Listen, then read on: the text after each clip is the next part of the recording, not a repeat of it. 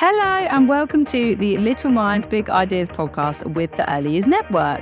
Welcome back to our weekly show. We are joined this week by not Ben, unfortunately, as he is a little bit poorly. He is a little bit worse for wear, so his voice would not sound very good on a podcast. So Lucy has kindly agreed to step in. Hello, everybody. Thank you so much for joining me on this weekly episode.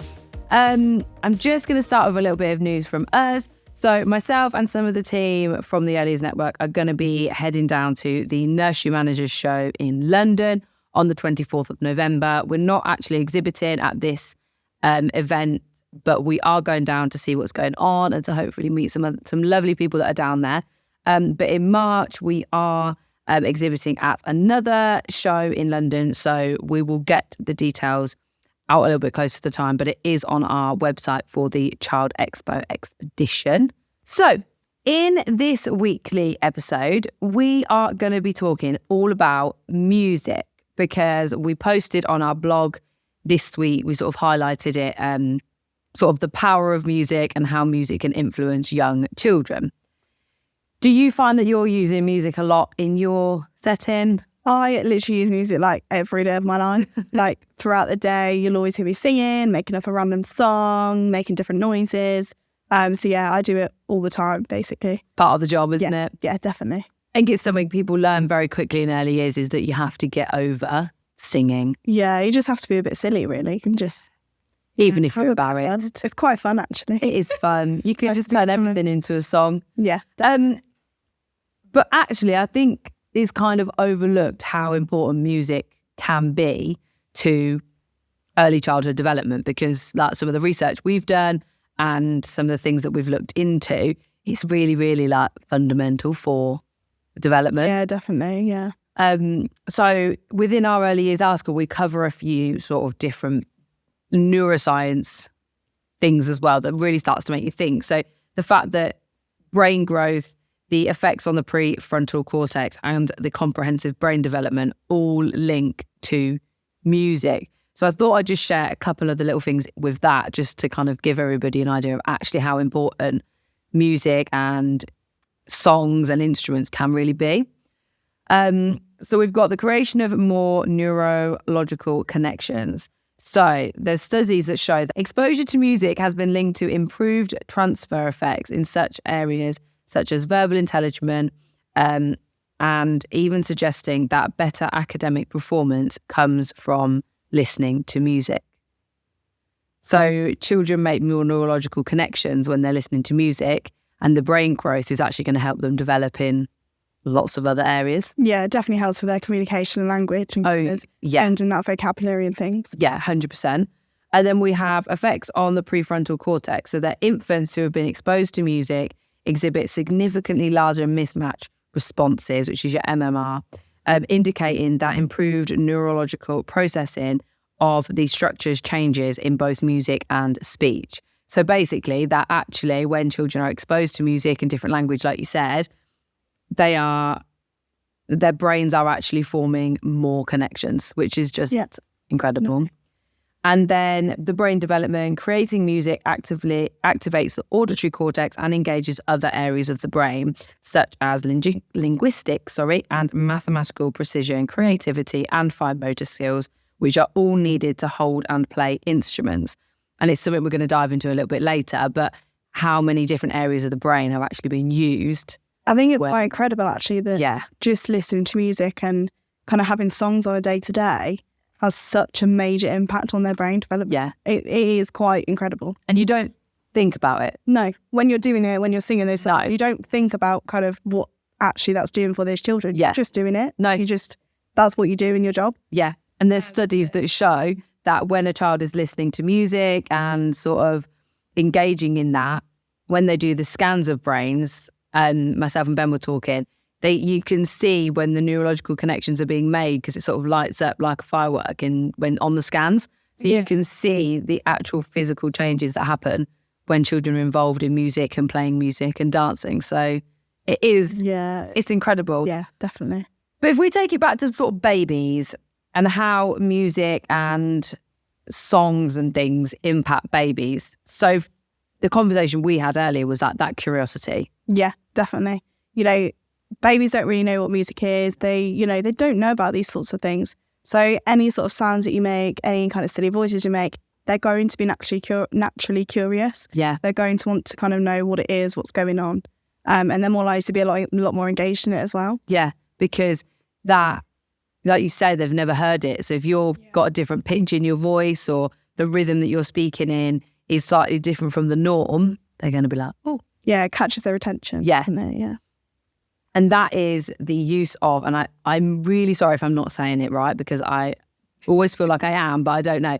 I feel like it's called motherese, and there's a quote on Google that says, the high-pitched, sing-songy voice that we all use when there's a baby around, and we are all so guilty of it. We all do that motherese of, hello, and then we do our baby talk, I suppose, is another way for it. But actually, that pitch that you'd speak to the children in is really crucial because it exposes them to even more sounds that aren't of normal talking voice. Yeah, and just making that silly voice has such a major impact on their brain development. Yeah. And again, like we said earlier, you don't realise it. You're just making that silly voice because that's how you talk to babies. Exactly.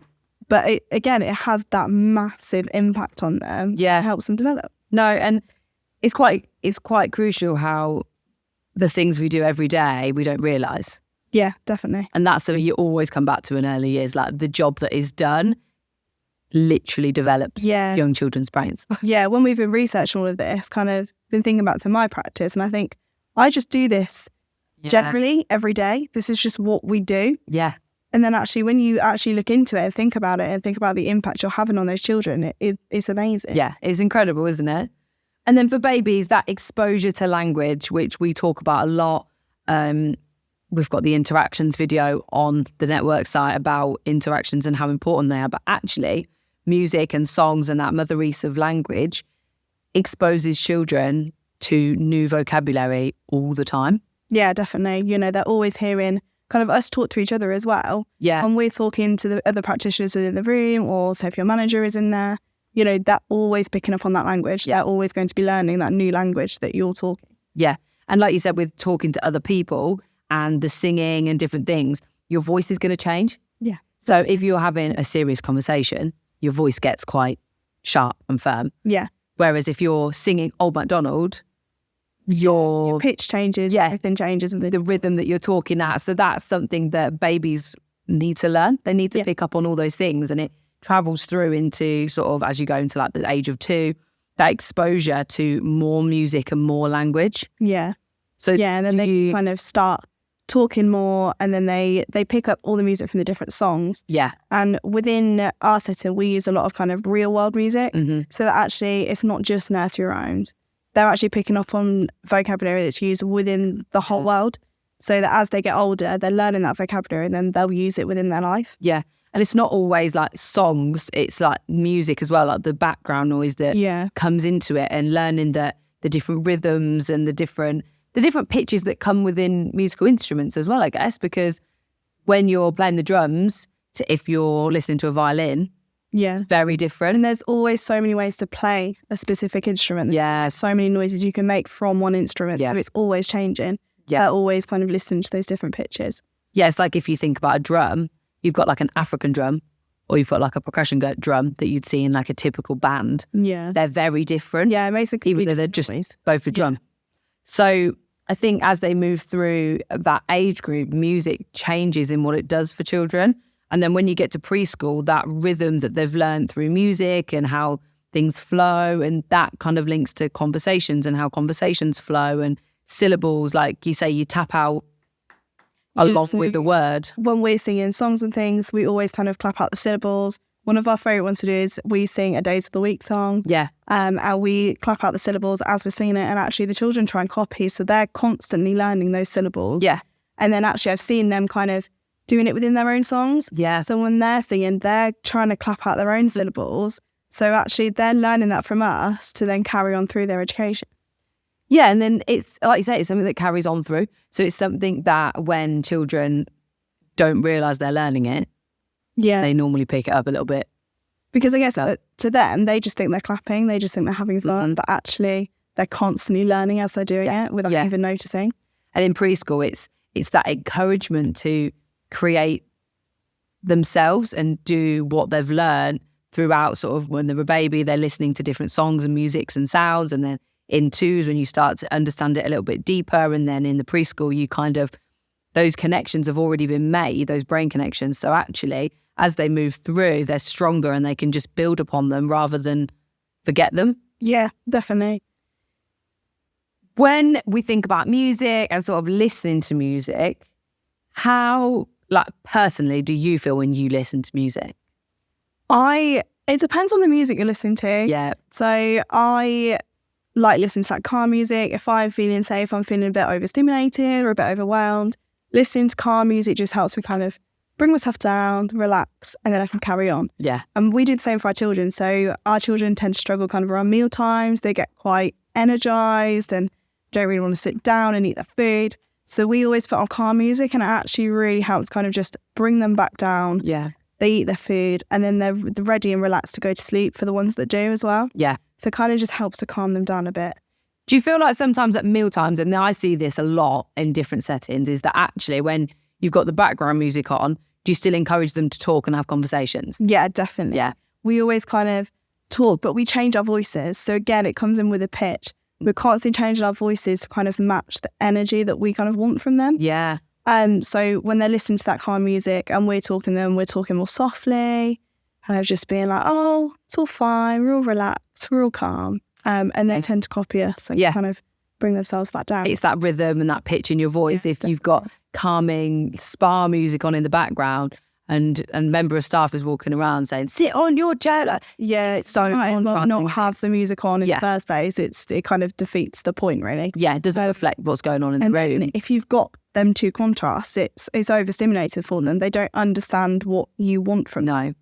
No, meal times is a really tricky one, isn't it? Because you want everybody to eat and do things, but it's also a great social moment and it's a great time for conversation. So it's getting that balance of, we want the environment to be calm and we can use music to help do that, but also we don't want to stump any conversations. It's when practitioners say, stop talking, I can't hear the music. Sometimes it's okay not to hear it all the time because they're trying to have a conversation and learn different things. And actually, that balance. If you're all talking to each other in like a soft, calm manner, you'll hear the music anyway. Yeah. The music's always going to be there. Yeah. It's just how you talk to each other while the music's on. Yeah. And with terms of like music being a mood booster, they say that music can actually increase your sort of how you feel, and that the positive chemicals in the brain that are released whilst listening to music create those positive like sort of relations, and you can relate back to it, and it's can be a happy situation. Because I know for me personally, when I listen to bands or songs or artists that I love, it just makes me happy. Yeah, I suppose it's like when you're driving in the car. Yeah. You've got your radio on as loud as possible and you've got good music. It's such a good feeling. Yeah. And I always do it. If I'm going somewhere that, say, I'm a bit nervous to go wherever I'm going, I always put really happy, good music on in the car. Turn it up, have a good time, have a sing along, obviously. But it boosts your mood. Yeah. And it makes you feel so much better. Because that's like something that we want children to feel as well. And listening to music and having sort of that identity that comes with it is really important. Myself and Ben were talking about music, and we have polar opposite music taste in some areas. Like if I put a boy band on, he's like, oh. And then some of his music, I'm like, oh. But actually, it's having the confidence to have an opinion on that. Yeah, definitely. And children get that as well. Yeah. You get children that love to listen to Disney music. Yeah. Because that's a positive relation that they've got at home. But other children will have never heard that and never been exposed to it. What they've been exposed to as well. If they've never been exposed to Disney, then it's not going to mean anything about it. No. But yeah, you can have that music that actually means a lot to you and gives you a bit more confidence and gives you that identity. Yeah. And I just think music is a great way to boost. It makes you, like I said, makes you feel good when you're listening to what you like. Definitely. But there's also that flip side of it, that listening to sad music can actually help with emotional regulation and emotional intelligence, because you're tuning into that sad emotion. Like, it can make you feel sad, so you understand what that feels like. Yeah, I've had that with a few children, that when they've been really emotional or they just can't seem to regulate themselves, actually having that sad music on, it helps them embrace their emotions, because we don't want them to think that they can't feel like that. No. It's okay to feel like that, but actually we want to help them through it and support them with regulating themselves. So actually giving them that chance to embrace their emotions really does help them. Yeah, no, and it's like you say, it's embracing it. It's becoming aware of what you're feeling and how you're feeling, and that it's okay to feel like that. And kind of accepting that that's how you feel. Yeah. That's fine. Let's deal with it, support it. That's what I was going to say, that acceptance of if I feel sad, or it's like if children are angry, you can use music to help them express how they're feeling. Because like you said, that with emotional intelligence and building those skills, the first step is accepting how things feel. Because it's even as adults, sometimes we don't want to accept that we need help, or that we're sad, or that we're angry, or sometimes when you're really happy and you want to scream about it, but you're a bit embarrassed to do so. So music is a great way to teach children what everything feels like. Yeah, definitely. That makes sense. Do you feel like you use different emotional music within your practice? Yeah, definitely, all the time. We kind of put music on to match the energy of the children. Yeah. Excuse me. So say if the children are really energized, they've got loads of energy, we'll put on music that they can dance to, express themselves to. Yeah. Whereas if they're feeling a bit tired or a bit sad, again, putting on that kind of calmer music so they can just relax, feel their emotions, and then carry on with the day. Yeah. No, it's a great tool to have within your pocket, like to get out and use. So looking at dancing to music, as you just sort of spoke about it, do you feel like dancing to music is a priority in your environment? Do you feel like everyone understands the benefits of when we dance? I think it's so important, because whenever a child is dancing, they're practicing their gross motor skills, they're constantly moving their bodies, and it's such a good way for them to express themselves as well. And it's such a good confidence boost. I know that when I'm dancing, to start with, you feel a little bit silly, but actually after a while, you're just having the best time. Yeah. And it just boosts your confidence. And I've seen children that don't necessarily want to interact with others. Until you put music on, they don't want to interact. No. And then you put the music on, you start dancing and having fun, and they'll actually naturally come over and join you. Yeah. So it's a way of kind of boosting that social interaction as well. Yeah. Like you said, there's so many areas that come into dancing. You've got, like you say, your physical skills, your gross motor skills, you've got balancing. You can also bring maths and literacy into things, like you said, clapping along with the syllables, like we discussed earlier, when you're dancing, or 1, 2, 3, jump. So it brings numbers naturally into it as well. And dancing is such a mood booster as well. Like you said, you feel a bit silly, but actually the phrase dance like no one's watching. Yeah.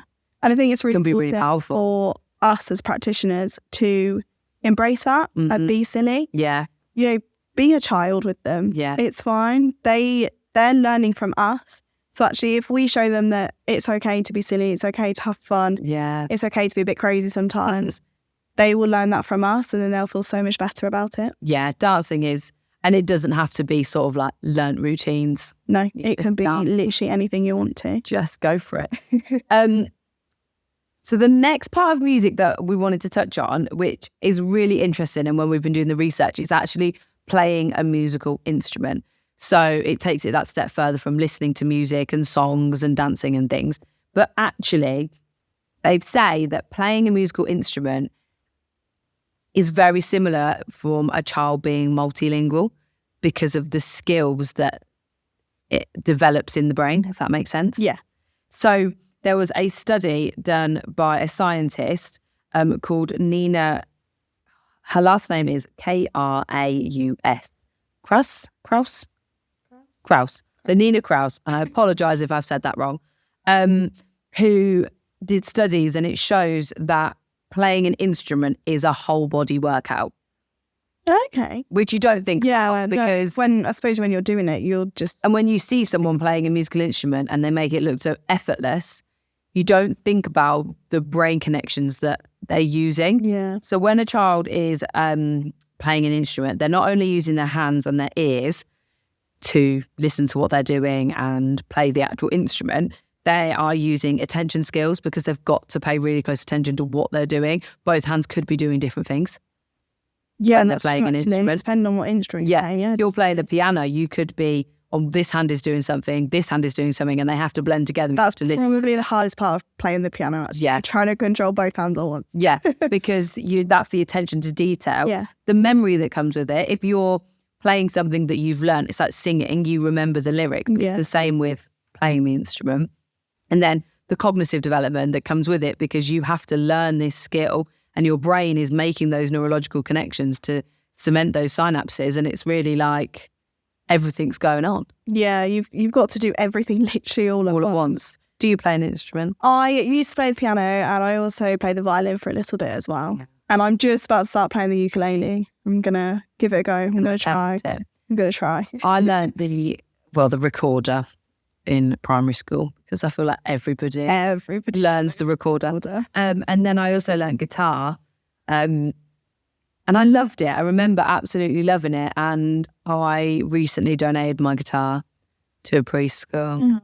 It lasted a couple of months, but it's been loved and moved on now, poor thing. It gave them an experience. It did. Then that is exposure to it, because how many children in preschools and twos and things have experience with actual instruments? We all have the musical instrument sets with tambourines and triangles and shakers and those sounds which are fantastic for children, but actually have we exposed them to bigger and a more diverse group of instruments? Yeah, definitely. If that makes any sense. Because they don't really get exposure to that, do they? No. Within the setting. No. And I guess if parents don't play an instrument or siblings or anything haven't really got an interest in that, they won't get that exposure. The family that come to mind for me is the Fletcher family. Tom Fletcher from McFly, because all three of his sons play a musical instrument along, and they've like joined him on stage and things. And you think that actually those young boys have learned the skills of playing an instrument so young, and that the neurological and they probably don't even realise how impactful it is on their brain development. Yeah, that's true. I suppose when they're playing, when they learn the instruments, they wouldn't have even known. No. But they've been exposed to music from a really young age. So it's just been in their life. So playing music was probably a natural route for them, although I'm sure it wasn't forced upon them. But actually having that exposure to playing an instrument has given them the brain development that they probably didn't, even the parents probably didn't even realise was happening. But it's helped them with different life skills and things. Yeah. Yeah. Like the literacy that comes with it, the maths that comes with it. The patience from learning an instrument is huge as well, because that can be frustrating. And I guess the confidence as well of, they've been able to learn that instrument and they're very successful at it. Gives them such a confidence boost. And like watching their dad and his band on stage must be like an aspiration. Yeah, definitely. So it's all of those different things that have just come into being exposed to musical instruments from birth, really, I guess. Yeah, and live music and things. And I think live music, the power of live music sometimes is underestimated. Definitely. There's nothing better than going to a concert and having a boogie, if I'm honest. Everyone loves a boogie. Exactly. I think they're lying if they don't. Oh, yeah, 100%. So creating music, so making music itself actually promotes creativity, precision in language and mathematics, like we just spoke about, fine motor skills, and it's actually engaging different parts of the brain. So making music, whether it be in the setting with your tambourines or your shakers or on a stage in a band, you are using multiple parts of your brain from both sides of the hemispheres that you are using to create that music. And using these links of the two hemispheres facilitates quicker and more diverse information to travel through the brain. So you're literally enhancing your brain development. Just by playing some music. Yeah, just by making music with instruments. It's crazy to think about, actually, isn't it? Yeah. How much impact you're having on yourself just by making some music. And doing something that's hopefully going to make you feel good at the same time. So overall, benefits for music for young children. We've got emotional regulation and stress reduction, which we talked about, which is always apparent with. I think that's so important for children as well, because they don't know how to cope with their emotions at that age. They just don't understand what to do. No. So actually, if we can give them that tool to help them, we're kind of setting them up for the rest of their life to learn how to cope with emotions. Exactly. Because they don't just stop when you get older. No. You have emotions throughout your whole entire life. Oh, so yeah. I think it's so important to give them those tools at such a young age to cope with them further on. Yeah. We've got that chemical boost that happens in the brain when you're listening and using music in your everyday. The enhancement of productivity and concentration when you have got music. If you say your calming music helps with that productivity of lunchtime. It can boost learning because we've talked about the different areas of learning that it comes into. You develop spatial intelligence and increase of creativity and vocabulary. And it's right from that young age of increasing that vocabulary with children. But on the flip side, there can be some negatives to music in an early years environment. Yes, I think sometimes actually having music on can be really overstimulating. Yeah. So I think it depends on the situation you're in, the energy of your children, how they're feeling. But I know for myself, if I walk in a room and there's lights flashing and it's a busy room and there's music going on, it's just too much. Yeah. I myself can't cope with it, so I can't expect my children to either. Yeah. But yeah, I think it can be really quite overstimulating at times. So it's about working out where it works and when to kind of reading the room. Yeah, definitely. Yeah. Read the room. If everyone is screaming and you've got ABBA blaring and it's not for the children, it's for you, and you've got lights on and musical instruments, and if that's not the right time for it, it's understanding that actually people are going to get quite overwhelmed by this. Definitely. And it's, I guess, having the confidence to reflect on that and say, this isn't the right time. Yeah, I think that's when reflective practice comes in. And you kind of look back and say, okay, maybe that music wasn't the right music for that time. No. It might even be just changing the music that you've got on, because obviously there is so many different types of music and they can relate to so many different situations. So again, like you said, it's just about reading the room and seeing kind of what's going on. Yeah. And then going from there, really. Any other negative? I think sometimes singing and making music can become a bit of a time filler. So children tend to then kind of disengage, they get bored. And actually that's when you're going to see that more kind of negative behaviour, because they're not doing something they're interested in. No. They're just kind of being sat down to sing a song just for the sake of filling 5 or 10 minutes. Yeah. Yeah, it becomes sort of part of the routine and there's like, oh, I've got to sing. Yeah. But if you're singing constantly. Yeah, if you're doing it all the time, yeah, they pick that up. They will start doing it and they'll be much more interested in it rather than kind of being, I don't want to say forced, but kind of being encouraged to sit down and sing some songs. And we do have to have those group times of before lunch, we all have to regroup and get ready for lunch. Yeah. But if songs are only in that time, they're going to have a negative definitely. They're going to image of it. When they hear a song, they're going to think of that time. Yeah. And think, oh, we were sat there not really doing much. Mm-hmm. And then they're not going to be interested in it. No. I know there's the preschool that use Walking Through the Jungle, and it is like an immersive experience because everyone's being these animals, and that's how music should be explored. Yeah, definitely. You can't walk through a jungle sat on a carpet. No. That just doesn't work. So I think also with different types of music, kind of allowing the children to move as they want to the music. You know, every child is different.